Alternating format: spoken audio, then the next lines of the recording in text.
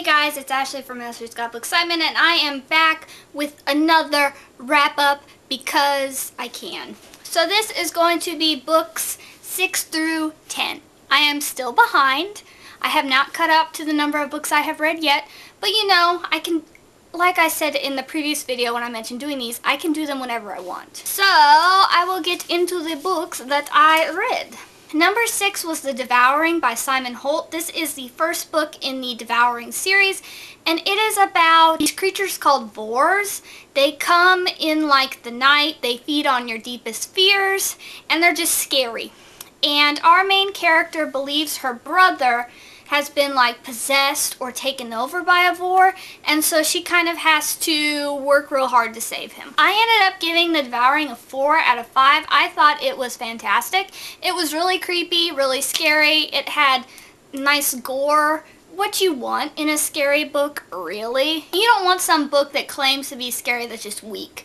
This one, very creepy, very disturbing, and fun. Lots of fun. So I'm definitely going to be continuing on with that series because they're very short books, and I just flew through The Devouring, and I think I'll fly through the rest of the books too, but they're super fun. Super fun. It had like kids' heads exploding. That's how much fun it was. Book number 7 was Tattooed as Trouble by J.L. Hammer. This is the third book in the Vegas Vixen series. I actually got this book to review through NetGalley. I'm surprised they let me review anything with how bad my stats are. I have a bunch of them that I haven't reviewed yet that I need to get to review, but you know, whatever. I got this one through Entangled Publishing in NetGalley, so thank you so much for letting me review the book. I love getting to review books early. And I ended up giving this book a 3 out of 5. I thought it was alright. Alright. It's the third book in a series, but I don't think you had to read the other two in order to understand what was going on with this one. At least I don't think so. And it was about a woman who witnesses a murder. She gets put in the witness protection program, and she falls in love with the U.S. Marshal that has been sent to protect her and watch over her. So yeah, it's like a romance. And I thought it was okay. Number 8 was Why the Last Man, Volume 4, Safe Word by Brian K. Vaughan, Pia Guerrera, Goran Parler, and Jose Marzan Jr. I'm going to name all the names because they had stuff to do with making that comic. And I ended up giving it a 3.5 out of 5. I just really enjoy this series. For those that don't know, Why the Last Man is about a man named Yorick who one day wakes up to discover he is the last man on Earth. Everything male has died from a mysterious disease, plague, who knows what it was. They all just dropped dead. And Yorick and his pet monkey, Ampersand, are the only ones alive. So he is on a journey with Agent 337, that's probably not right, and a doctor, and they are trying to figure out how to cure the world and get more males. You know, they're trying to find a cure. I really enjoyed this volume. It's funny. Yorick is a funny character. I like reading about him.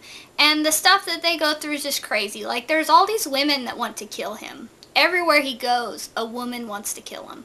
So yes, if that series sounds interesting to you, I definitely recommend giving it a go because I really like it. I think it's a lot of fun. Book number 9 is The Assassin's Curse by Cassandra Rose Clark. This is the first book in a duology, I think, and I ended up giving it a 4 out of 5. I really enjoyed it. It is about a girl who comes from a pirate family, and she is supposed to be married off to like another pirate family to form like a coalition union, you know. They're marrying them off to each other so the families can each have something. And she doesn't want to get married, so she runs away. And because she runs away, the other family, the family of the boy she was supposed to marry, sends an assassin after her. It ends up being where her and the assassin are kind of linked together, and they have to go on a journey to find out how to break this link because they don't want to be stuck with each other forever. But it was just really cute, really fast-paced. The girl character, I can't remember her name right now, I'm sorry, but she's really kick butt, and I like her. And the assassin is very mysterious and just the way of life is kind of interesting about him because I don't understand everything, but it was very awesome. I do plan on reading the sequel soon. I'm pretty sure it's only a duology, so that'd be the last book, and we'll see how it ends. But it's a very quick, fun read, and I do recommend it. And then the last book that I will talk about in this wrap-up, number 10, is Razor Hearse by Justine, and I'm going to butcher this last name, Larbiestier? Yeah. I ended up giving it a 3 out of 5 as well. And I can say I really did enjoy this book. So it is about this girl who can see ghosts. She's been able to see ghosts for as long as she's been alive. And these ghosts have kind of helped her survive and live. She stumbles across a body, and that leads her on an adventure with another girl. And it's just craziness. The coolest thing about this book is the setting. It's set in 1930s Australia, and I never knew this, but Australia during that time had a lot of razor gangs. Australia had outlawed guns, so of course criminals being criminals find more weapons to do stuff with, and they started carrying razor blades.